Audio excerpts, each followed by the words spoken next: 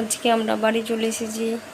দিয়ে দেখো কোথায় ঘুমাচ্ছে, দেখো আজকে নতুন মশারি, অন্যরকম একটু বিছানা, একটা বাচ্চা। এই যে ঘর এগুলো পুরোপুরি ভর্তি, এখনও ভর্তি হবে, কালকে দেখাবো তোমাদেরকে।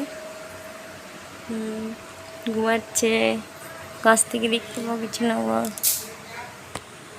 দেখো এখন আরামে ঘুমাচ্ছে।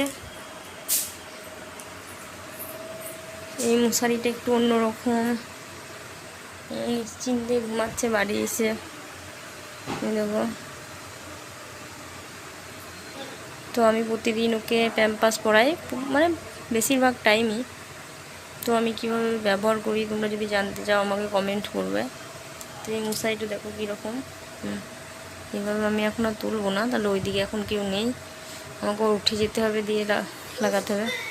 ও আরামে নিশ্চিন্তে ঘুমাচ্ছে, ও আরাম হয়েছে, বাড়ি এসছে। আজকে নিজের বাড়ি চলে এসেছে, এতদিন মামার বাড়িতে ছিল।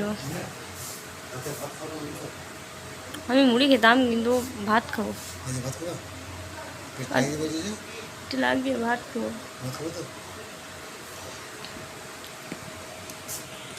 তো আমার বর আমাকে জিজ্ঞেস করে গেল ভাত খাবো না মুড়ি খাবো। দেবো, বাবু আছে এই ঘরে। তো আমার তো এখন ওপরে যাওয়া হবে না, সিঁড়ি ভাঙবো না। আমার এখন 2.5 মাসও হয় নাই, নামে 3 মাস, তো আমি চলে এলাম। তো আমার 6 মাস হবে, তারপর আমি উপর যাওয়া আসা একটু করবো। এখন যাব, অল্প সময় ধরে যাব, কিছুক্ষণের জন্য যাব। তো তো এখন নিজের বাড়িতে এসে দেখি কখন উঠে। নিজের বাড়ি এসেছে, সব তাকিয়ে তাকিয়ে দেখছে যে এটা কোথায় এলাম। ভাবছি আমি এবার নিজের জায়গায় চলে এসেছি।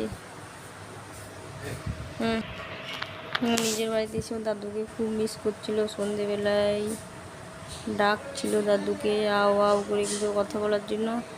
এখানে তো শুধু ঠাকুমা আছে, বিকালে বাবা আছে, ওর বাবা, আর আমাদের ওখানে দাদা, ওর মামা আছে, দিদুন আছে, দাদু আছে, আর এখানে তো শুধু ঠাকুমা। আর বাবা তো সারাদিন স্কুল যাবে, বাড়িতে তো থাকবে না। তো দেখি কি করে, কতক্ষণ কথা বলবে ওর সঙ্গে। কথা না বললেই কাঁদবে, কথা বলতে হবে। এখন 3 মাসও হয় নাই, কথা বলবে, হাসবে, খেলবে। আগে খুব জ্বালাতো।